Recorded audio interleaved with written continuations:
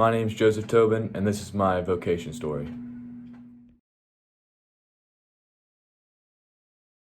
I live out my faith by giving my life to the people, and also helping other people to consecrate life continue to learn more about their faith. After being inspired my whole life by people around me and my family to follow God's will, that is what I did. I have given my time and life to people of all ages through my work in youth groups, being a part of the Board of Trustees in Catholic institutions, and also being a Bishop of Indianapolis and Newark.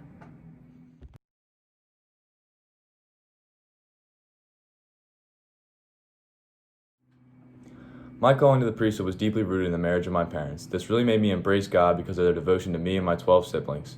My real call to the priesthood was during my discernment process in Mass when I was a child. My family and I would always pray the family rosary, and at the end of it we had our own twist, which was a prayer for vocation from God. I recall my dad telling me, if you believe it's God's plan for you to be religious and priest, you do it. But if you don't do it to please me, I'll love and support you in any way you think you're doing God's will. Another person who inspired me to become a priest was my boyhood pastor, Father Joseph Flanagan. He appealed to me because he was not only a people person, but he was also very smart and taught me many things about my faith. My relationship with him inspired me to join the Redemptorist High School Seminary.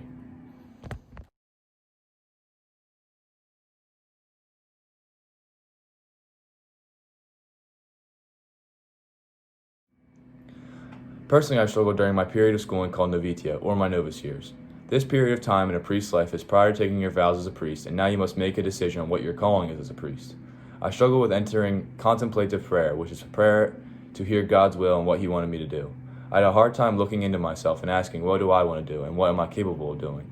Another moment of struggle was when I was ordained as a priest and sent out as a missionary, and the rest of my peers went into a prime missionary area in Brazil to help people of poverty. I requested that I go back to my home, the Holy Redeemer's Parish. When I went back, the parish had changed, and the people could only speak Spanish. When I would preach, they would not be able to understand, and it was humiliating.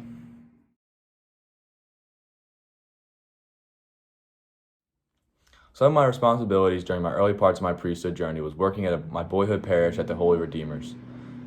This was predominantly a Hispanic parish, so I had to learn how to perform masses in their language. I was also the leader of a Hispanic youth group. I also was associate pastor at the Holy Redeemers after I received my Master's of Religion and Divinity.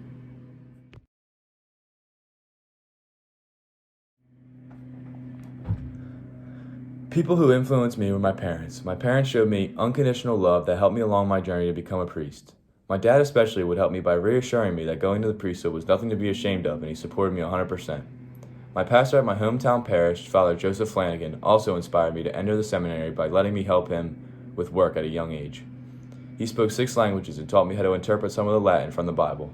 The Superior General, Pedro Arrupe, helped me by giving me courage to move to Rome for missionary work. He knew that I was not the most qualified, but he still gave me a chance to please God by doing his work.